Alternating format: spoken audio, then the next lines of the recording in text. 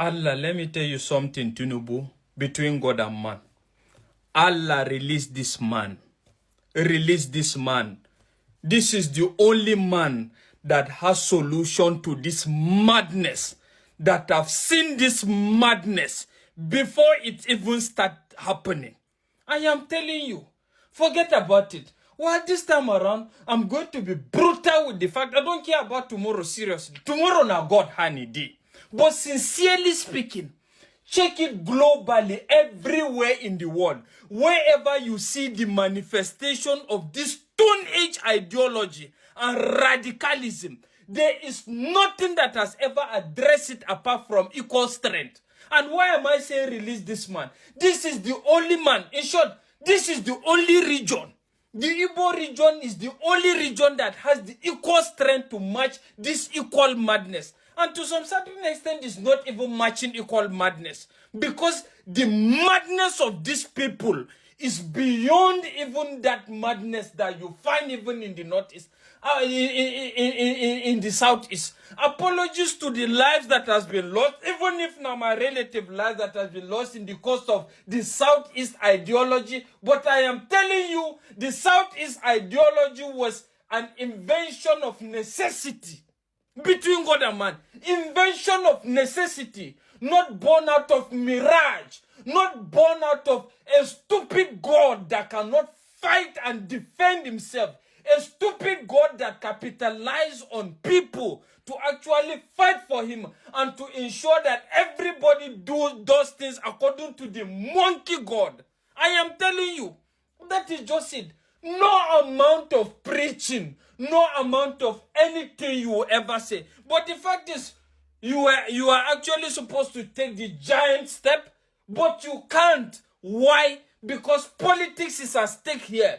It's understandable. Politics is at stake because you need to remain relevant. I don't know whatever you're pushing, but the fact is, the Oduduwa is getting strengthened day by day under you.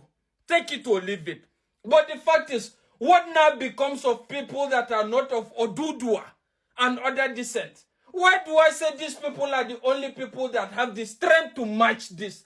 They equally treat things as it happens, not ruling out the fact that there are other criminalities that are associated with them. But I am telling you, this madness can only be addressed with madness. And if so be it that lives will be lost as a result of this, let lives be lost. Provided that at the end of the day, there is a hope, and the fact that somebody stood fighting for something till his last breath, and nothing more. But if you think with all this madness, you have a solution around it, there's no solution around it. The North doesn't have a solution around it. The good Muslims doesn't have a solution around it. Because by the time they do that now, in short, these people are ready to unalive any northerner not minding his religion, as long as he opposes this. I am telling you this sincerely. And the Yorubas are actually being liberal, political with the truth.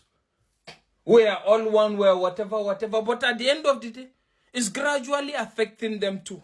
But I understand the concept and the move you are doing to ensure this. But the fact is, if liberality is saving the Yoruba land, liberality doesn't save the Middle Belterners that are the worst victim of this.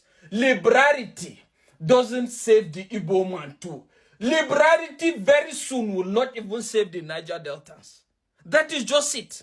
And that is the reality. So, you have to allow madness to match madness for these things to be addressed. What do you call this a country? For God's sake. And I hope the global world is paying attention to this. Is paying attention to this.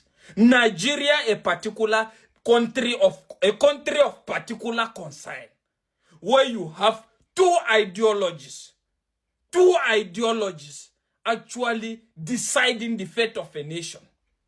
You have the radical Islamic ideology that is all about Sharia. And you now have the constitution that is supposed to bind everybody. And you now have a sitting president presiding over this kind of a nation and is bounded. I don't know what is actually binding you. Is it the Sharia or the Constitution of the Federation? It's so unbelievable. And I am telling you, till everybody confront this thing realistically, Allah, Nigeria is not going anywhere. Take it from me. Allah, between God and man, Nigeria is not going anywhere. And nothing will change. The fact is,